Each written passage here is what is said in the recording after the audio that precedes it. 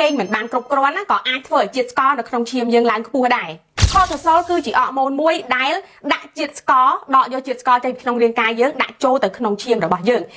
វាឲ្យជាតិស្ករចូលទៅក្នុងឈាមយើងពេលព្រឹកព្រោះដើម្បីឲ្យរាងកាយយើងមានកម្លាំងងើបពីគេងឡើងគឺមានកម្លាំងអាចធ្វើកាយបានធម្មតាបើមិនជាខតសលអត់ដំណើរការធ្វើចឹងទេយើងអត់មានកម្លាំងងើបដំណើរការឬក៏ធ្វើការងើបធ្វើអីអត់កើតទេ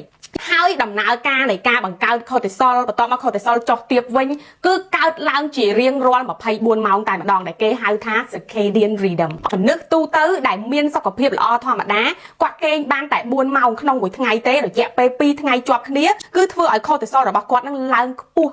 20% មានន័យថាម៉េចមានន័យថាវាបញ្ជូនជាតិស្ករចូលទៅក្នុងឈាមហ្នឹងខ្ពស់ជាងធម្មតា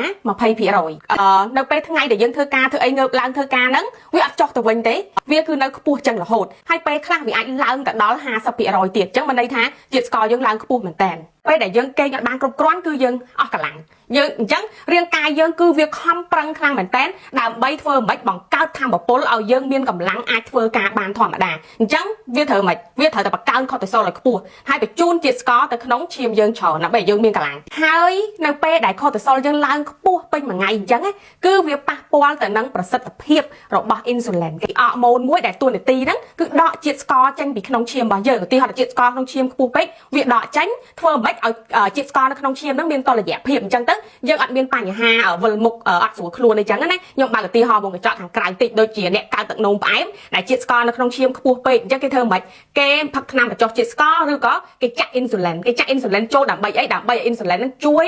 ធ្វើមិនដកជាតិស្ករចេញពីក្នុងឈាមអញ្ចឹងទៅដើម្បីកុំឲ្យជាតិស្ករក្នុងឈាមខ្ពស់ពេកតែជាតិស្ករក្នុងឈាមឡើងខ្ពស់ពេកគាត់អាចអត់ស្រួលខ្លួនវិលមុខធីងធងមានបញ្ហាផ្សេងជាច្រើនទៀត